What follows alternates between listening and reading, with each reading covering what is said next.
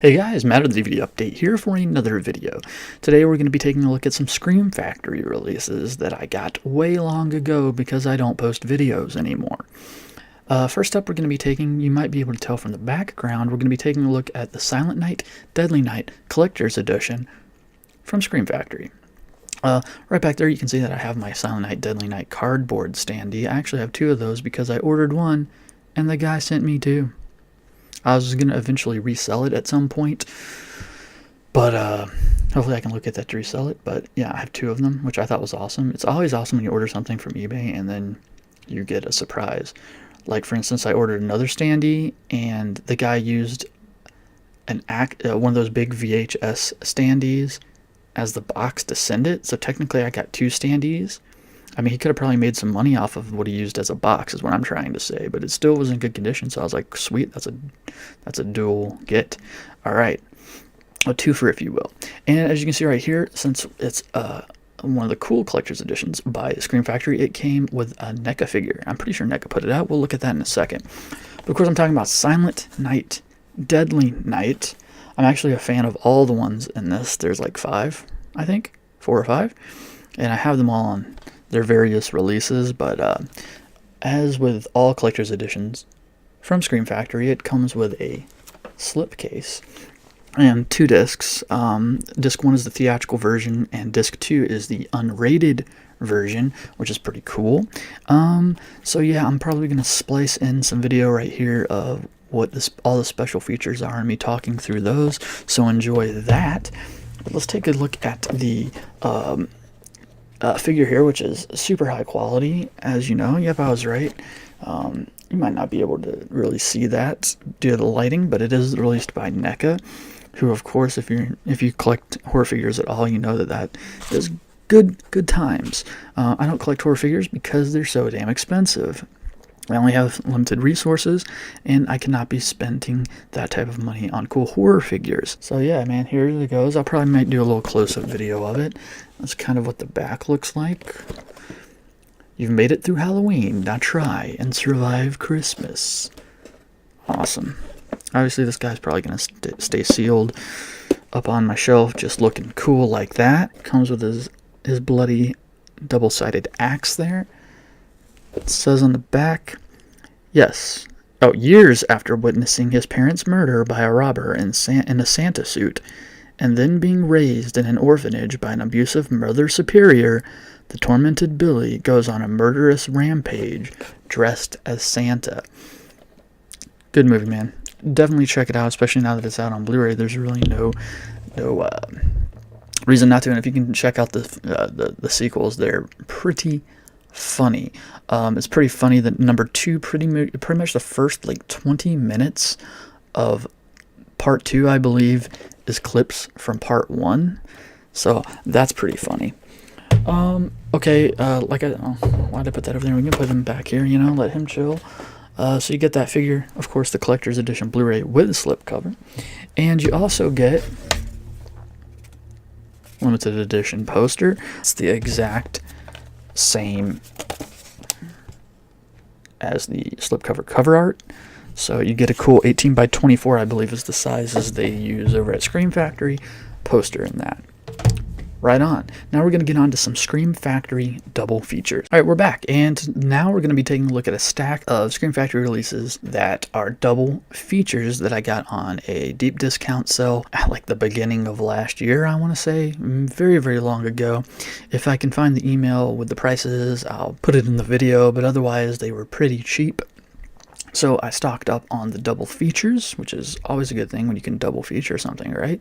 So let's start out with a blaxploitation classic, and I have an original one-sheet poster of this, and it's the double feature of Blackula in part 2, which is called Scream, Blackula, Scream. Deadlier than Dracula, says this one. Blackula is the most horrifying film of the decade, Count Dracula Society, so I'm glad they're keeping themselves on the pulse of 70s Blackula. But the tagline for Scream, Blackula, Scream is "The Black Prince of Shadows stalks the earth again." And yeah, man, so we're going to check this out. Oh, it's actually got a decent amount of special features, which I was not expecting.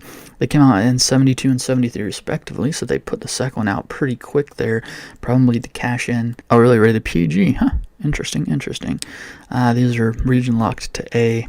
The eternally cool William Marshall puts a fresh spin on the age-old legend of the vampire, condemned to wander the earth with an insatiable lust for blood in these riveting blaxploitation classics. So actually you got some special features on here, which, you know, some of these Scream Factory double features really don't have many of, but you have an audio commentary with an author film historian David F. Walker, references on blaxploitation actors and director speak, and new interview with the actor Richard Lawson, and theatrical trailers. So right on, man. I've seen these. Actually downloaded them many years ago, but it's been quite a while. And like I said, I do have the one sheet poster. It came in a lot with other posters, so I wasn't about to turn that down. This is a Blu-ray and DVD combo pack of Scanners and Scanners 2. I'm trying not to get too much glare in there. Of course, I already have Scanners 1 on DVD. I just haven't picked it up on Blu-ray yet, but here's Scanners 2 and Scanners 3. Scanners 2 is the new order. 5 seconds, they invade your mind. 10 seconds, the pain begins. 15 seconds, you scream for mercy. Now, I saw the second one a long time ago. I have not seen the third one yet, so that's going to be a pretty interesting thing to check out. So Scanners 2 also says, 10 years later, a new generation of scanners born with powers so terrifying it's beyond their control. And Scanners 3 is called The Takeover. Scanners against scanners battle for total control has begun. And this one's doing the second thing again with a countdown. It goes within seconds. The fear, the panic, the agony. So this is a Blu-ray and DVDs. So that's always a good thing to have. 1990 and 1991.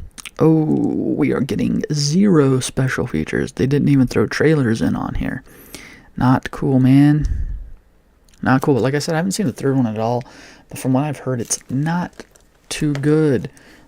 But right there's a whole day of triple features right down the drain. Now here's another one I want to triple feature as well. And it's the Scream Factory release of Carrie, the 2002 remake. I think it came out like 2002, and The Rage, Carrie 2, Looks Can Kill. Who was in the remake? What's this lady's name? Angela Bettis. Okay. 1990 is looking like the Carrie 2 is coming out.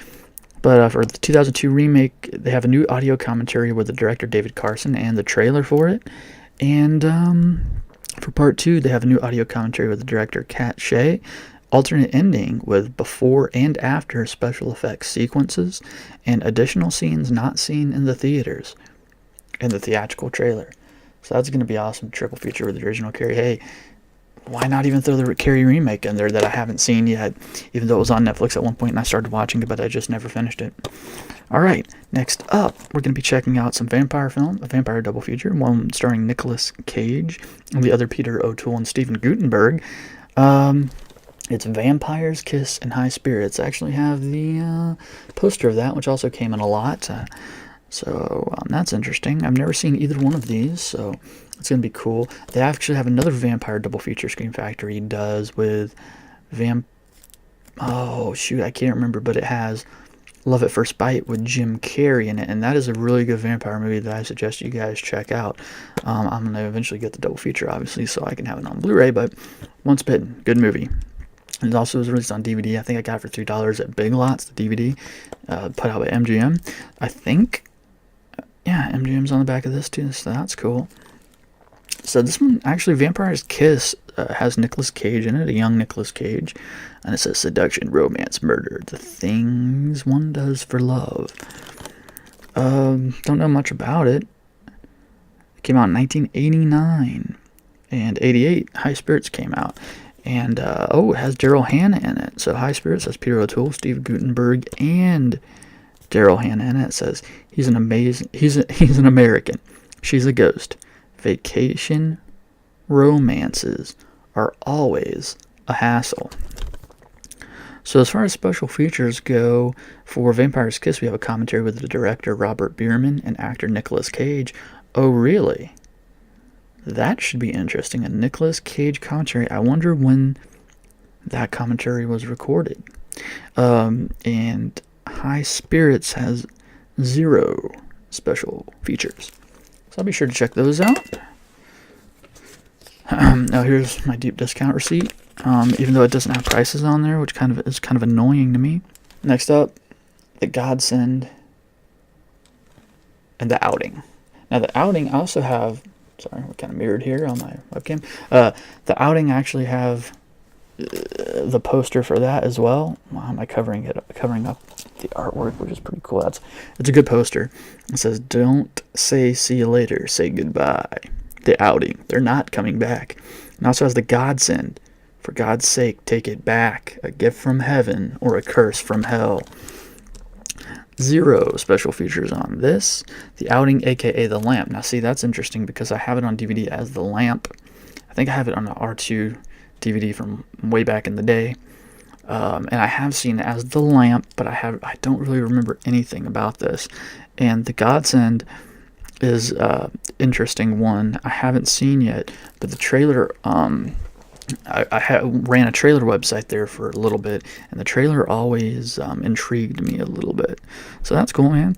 No special features though. And then the infamous Reptilicus and Tentacles.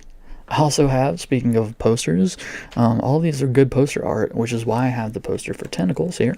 I have the original one sheet for that because, dude, the octopus on the front is fucking amazing, especially on an original poster. It just jumps out there, man. And, she's all covered in tentacles. It's pretty awesome.